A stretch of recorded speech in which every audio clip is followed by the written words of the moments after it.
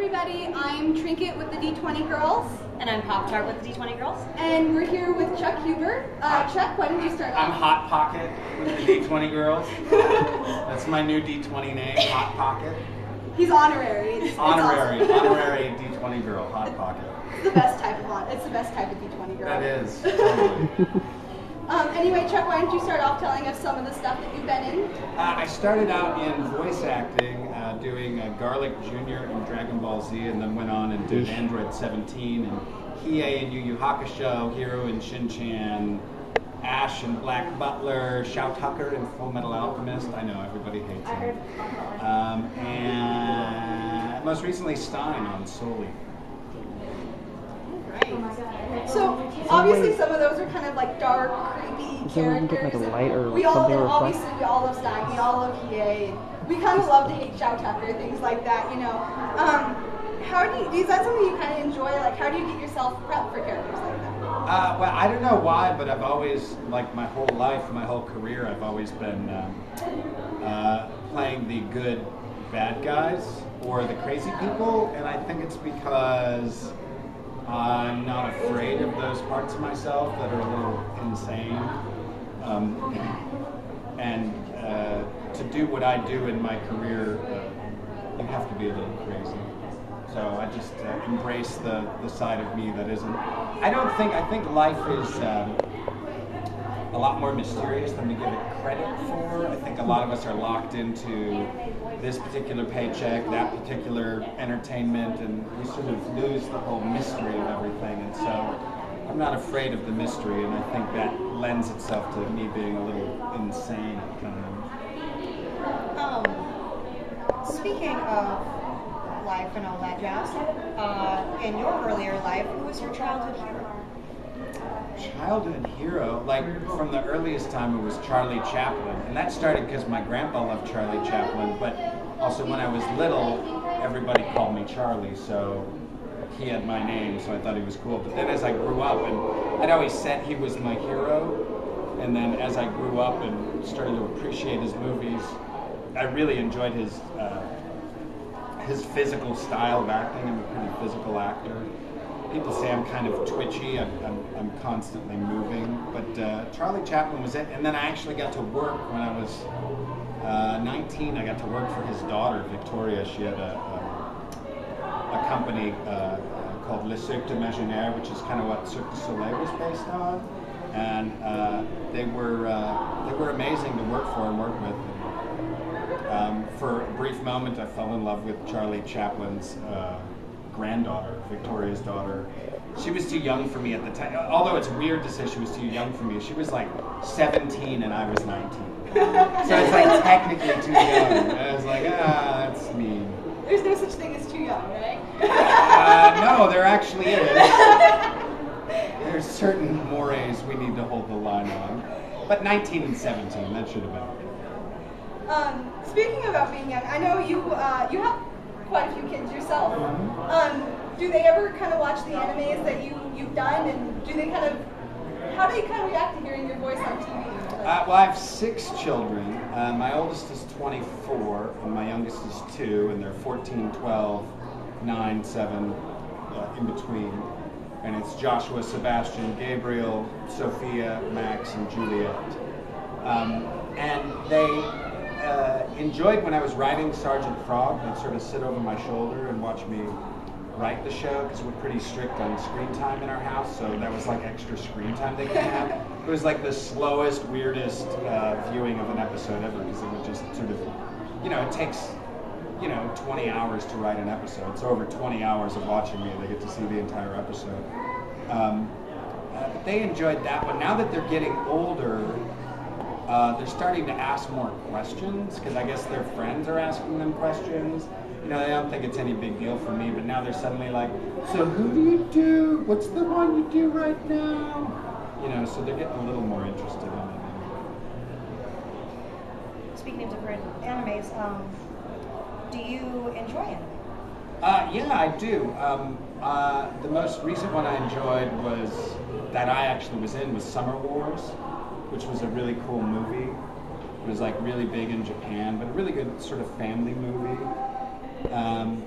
And I enjoyed Spice and Wolf when I wrote that with Jamie Marchi. I enjoyed. I always loved reviewing those episodes because it was a really fun show to write. Scripted that, and other than that, I haven't watched much anime recently. I haven't had cause to. I've been in pre-production on this Shakespeare movie I'm doing, so I've been mostly with Shakespeare in my head. And I just finished 6 weeks of Shakespeare up at Trinity Shakespeare Festival in the Dallas-Fort Worth area. And now I may actually be starting a Shakespeare Festival up somewhere near Jackson Hole, Wyoming, which should be fun.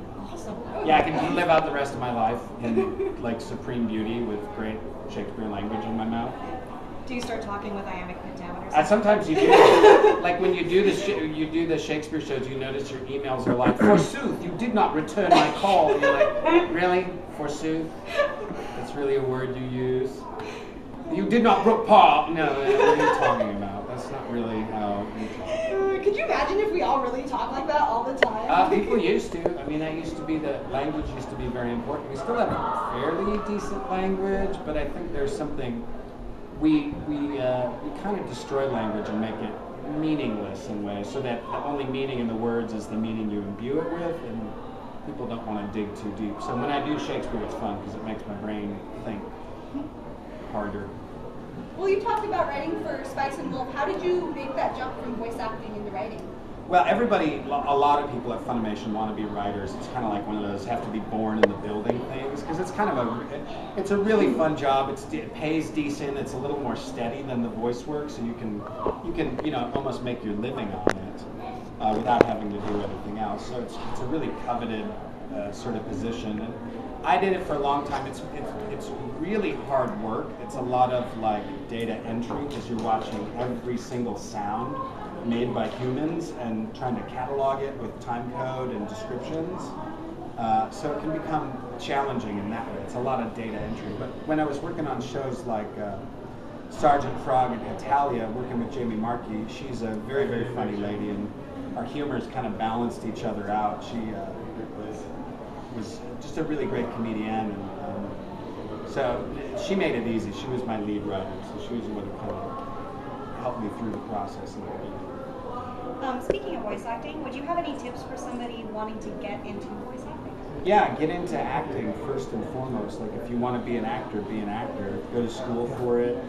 Go to workshops, take classes, audition for everything you can. You just kind of have to spread yourself as wide a net as you can manage and try to make a career out of it. It's really not that difficult to make a career out of it. You just have to, you got to work it like a 9-to-5 job. Just because you don't have an audition or you don't have a project you're working on, you got to get up, make phone calls, send out emails, check where auditions are, go to auditions, take classes. You got to, if you treat it like a job, it pays you back. So how do you feel for you that voice acting differs from like your Shakespeare acting or any sort of other acting? Yeah, voice acting has a very specific technical skill to it, which is a lot like dance actually. Because like someone will show you a combination real quick in an audition, you got to step, touch, turn, touch, whatever, and you got to get that combination immediately, and then show you can fill it with life. The same thing is kind of true in voice acting, because you get this sort of like these are the mouth flaps. You got to fit this line in the ba da da da da da da da da. So it's kind of like the steps, and then you have to imbue it with like actor life after that, just like that. So it's technical in that aspect. The other part of voice acting that makes it really interesting is that you get to play characters that you would never get to play on film or on stage. I never get to play short aliens on stage. There's almost no Arthur Miller plays or Neil Simon involving, or Shakespeare for that matter, involving short aliens, unless you include Puck, but he's more furry than alien. But yeah, so you get to sort of branch out in voice acting, which is cool. How do you feel being the lifeblood of characters to who so many people deeply connect with? The first one that showed me that was Hiei, because I didn't even know anime was popular. Like, I was just doing it, it's just this job where I walk into a booth and, make the funny voices, and then you walk out. I didn't know there was like this huge throng of fandom behind it. And I went to, it was either Comic-Con or Otakon in Baltimore, I can't remember. But they said, oh, okay, you're going to be signing autographs for 4 hours. And I was like, for who? Who's going to come get my autograph? I was truly confused. I didn't know what they meant. And then I got into I was signing in the dealer's hall at Comic-Con. That's where it was. I'm starting to picture it now. And there was like a line all the way around the dealer's hall from there, like, that's your line. And it was me and, it was John Bergmeyer and I signing at the same time. And it was just like, what the hell is going on? And people were like, oh, and like freaked out. I'm like, what? I don't get this. I don't understand. But then I did by the end of the day. I was like, oh, people love anime. Obviously, you're kind of like a niche celebrity. Yes, that's exactly what it is. So how do you feel? It's like being NPR famous. Yeah, like we love you, but you know, other like, people don't know what like, the hell's going on. Yeah, exactly. Exactly. How do you feel that kind of differs from being like, say, a mainstream celebrity?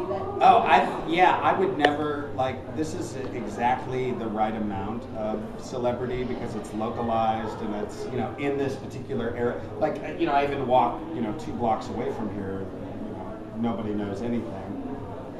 So it's kind of like the perfect amount because I've met really, really famous people before, and you just, like, they have to have so many walls up and barriers because there's so much to protect in terms of their image, and so many people who are out to, you know, use them or use their name in association with something. Whereas with, you know, sort of the anime circle, it's more like I feel more like a class president than I do like a famous person. It's more like you get kind of elected or something. Speaking about being famous, what is your favorite fan experience? There's been several. Well, there was one letter in particular I received. That fan wasn't there, but his girlfriend delivered the letter, and it was 4 pages, handwritten, and it was just about how he was really down, and he was down to the end where he wanted to kill himself, and he said that YuYu Hakusho, particularly identifying with Hiei, saved his life and literally kept him from killing himself. And then you just feel like an idiot for, you know, like, I didn't do anything. It's really the Japanese artists and story writers who do most of the work. We get, as voice actors, we get to participate in it, but it's not really like anything we did. There's a dozen other guys who can do what I do, almost to a T exactly. So it's an honor to be part of properties that people really respect and love, and you get, you know, attention for it. And I certainly have made, you know, a career out of it, which is nothing to be sniffed at. So. Well, kind of on the same story, do you have any fun stories from recording things like that you can share with us? I don't really have many recording stories. Nothing weird.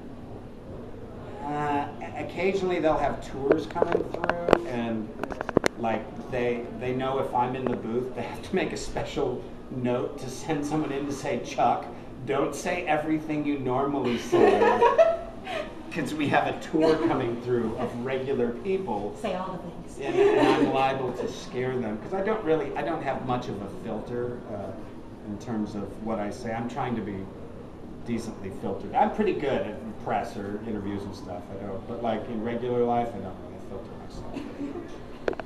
I think there's plenty of people that are kind of on that same page. Yeah, exactly. I have to ask this question because I'm a giant fan of Stein.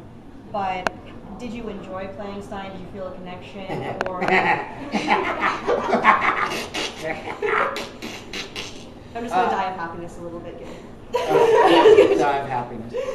Stein is very much. I'm not afraid of insanity, because I think that's actually a more sane response to the current world we're living in. I think losing your mind a bit is probably the appropriate response to, you know, sort of the world we're helping create right now.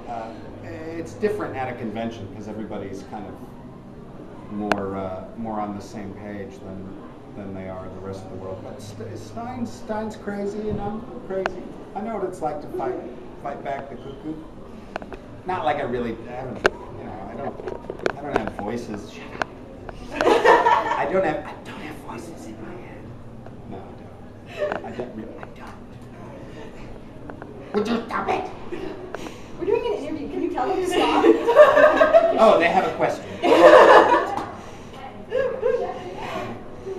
Anyway, okay, I have to ask this because I unfortunately had to miss your Q&A panel yesterday, which I was so sad about. I was there.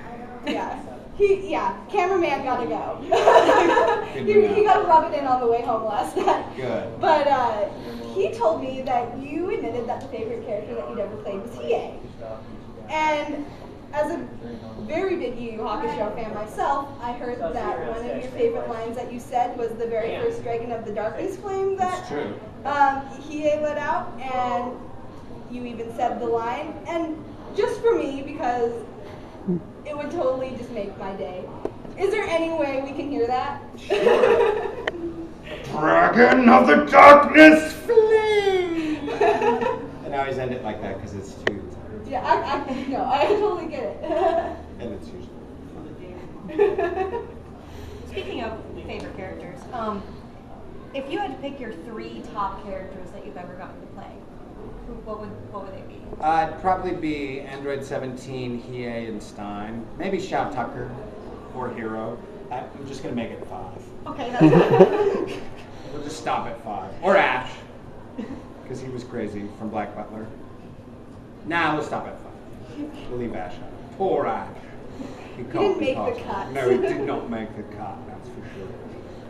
So you do video games as well. Mm-hmm. How does that differ for you from just doing regular anime? Well, video games are typically just a really short, 2 to 4 hour session that you just do that one time. Whereas with a sort of longer series, you're coming back to it month after month after month. So you get a little bit more, contact with the property that way. But video games, number one, they pay more. They always pay better than just straight anime. And they're usually pretty intense. I enjoy hearing myself in a video game. I don't necessarily, sometimes if it's a good anime and I'm in it, it ruins the anime for me because that's me. And that's not the character, so I can't really sort of drop into the anime. Whereas with video games, it doesn't bother me as much. So I'm playing Borderlands 2 right now. Yes. And I haven't gotten to my character yet, but everybody else in the game is a friend of mine. So it's like every time I get to a new quest giver or something, I go, oh, it's J-Mac Tato. What's up, J-Mac? And you get to it's like you're playing a video game with your friends, except they're actually the characters in the video game. So that one's kind of fun for me. Because literally, I think I know everybody in that entire video, which is a strange experience. I'm just trying to picture that in my head, even just with the people I know, what if I was playing along and I ran into PopTart while playing this video game? Right. How you doing? Hey, that's right, Hot Pocket coming to you live. Now that you got PopTart, I gotta just remember I'm Hot Pocket. Okay. Speaking of transferring over into video games, do you belong to any separate fandoms, or do you have any other interests or hobbies outside of your work? I'm working on a documentary right now on the electric universe, which is a new scientific theory, which is it's like flat Earth, round Earth moment in science, and the sort of mainstream scientific community is having trouble wrestling with it because it changes everything. But I went to their conference, and it was, if these guys are right, and I think they're totally right, then it was like hanging out with Galileo, Newton, and Einstein all weekend. And their basic premise is that the main organizing force of the universe is electricity and not gravitation, and gravitation is actually just a misaligned electric field. But when I went to this conference, the first dude I met was the rocket scientist who built all of Japan's rockets, and then another dude I met was the immediate past vice president of Lockheed Martin. So these were and then there were 35 PhDs there, and all the papers, I expected it to be kind of aliens told me the universe is electric, but I got there and it was all hardcore science dudes. So I've been into that lately, mostly because it opens up like ancient archaeology, petroglyphs, all the stone carvings, like geology. So like you can discover geological landforms now that were actually formed electrically, and you can be like the first person to discover that. Now mainstream science probably won't catch up for 50 years or 25 years, but it's kind of like walking around on the Earth when it's round and everyone else thinks it's flat. And you're like, no, the moon's round too. And they're like, no, it's cheese. And you're like, no, you don't get it. So it's kind of fun. But it's a really cool theory. So, obviously you've made this whole living out of voice acting, which kind of from what I've heard, you kind of stumbled into. Yes. But I don't make my whole living out of it. Oh, I make a good portion of my living. Yes, very good point. I have to do other work. But where do you think you would be right now with your life had you not stumbled into Garlic Jr.? Oh my gosh, I don't know. That's a really interesting question because it has been such a sort of a base beat of my life because it hasn't gone away. It's the thing I've done the longest other than theater, which I can always go back to theater. That's one of the good things about theater. There's plenty of places to audition. If I ever get hungry, I can just go do some theater and survive. I don't know where I'd be. I definitely wouldn't be in Spokane. Probably wouldn't be sitting here. No, I wouldn't be sitting here. Wouldn't be Hot Pocket. I wouldn't be Hot Pocket, the D20 girl Hot Pocket. Yeah, I don't know. That'd be interesting to see. There's an alternate timeline somewhere. Because I almost didn't go to the audition. Because I was like, this is nonsense. I was overacting at that point. I was just over it. But I just did it on a whim and showed up and was like, it essentially changed the course of my life. And I was so close to not going. It was a bad day. The air conditioning was broke. It was hot. I didn't want to drive over there. It was one of those things, and you just did it, and then it turned out to be goodness. I have a slight step back question because you Sure. mentioned geology when you were talking about science. Yeah. Are you into geology at all? Well, I am now. Now that I know many of the landforms we see were formed through electrical scarring, like Valles Marineris on Mars, which is the longest, deepest valley in the solar system. Once they describe it to you, there's this documentary called The Lightning-Scarred Planet, and it shows you how Mars was in conjunction with another planet at one time and electrically discharged towards Mars, and over a period of maybe a minute or two, carved Valles Marineris. This giant, cataclysm. So it's based on the work of Velikovsky. He has a book called Worlds in Collision. So he's really sort of the father of the movement. But it's going to change physics and astronomy and everything. One more little simple question. Do you have a favorite mineral? No. Do I need one? You don't need. I'll pick Feldspar is a good one. Feldspar. Feldspar. That's actually my Hobbit name. No, I don't know. It should be. I got really excited there for about half a second. Feldspar Gamunculin. Sounds like a good Hobbit name to me. It works. So kind of before we wrap things up, what kind of things can we kind of expect from you, either in voice acting or writing, kind of coming up? Well, I just did a video game called The Huntsman. I did some voice work for that. It's an Australian company out of Brisbane, and they're it looks like a really interesting property. And then the next thing I'm working on, I'm in development, pre-production on a Taming of the Shrew movie, a Shakespeare movie, that I'll play Petruchio in, and my buddy Jim Shields, a British director, is going to direct it. And the girl I just did Taming of the Shrew with, she's going to be Kate, Tricia Miller, and she and I got along real well, had a real fun sort of Kate Petruchio relationship.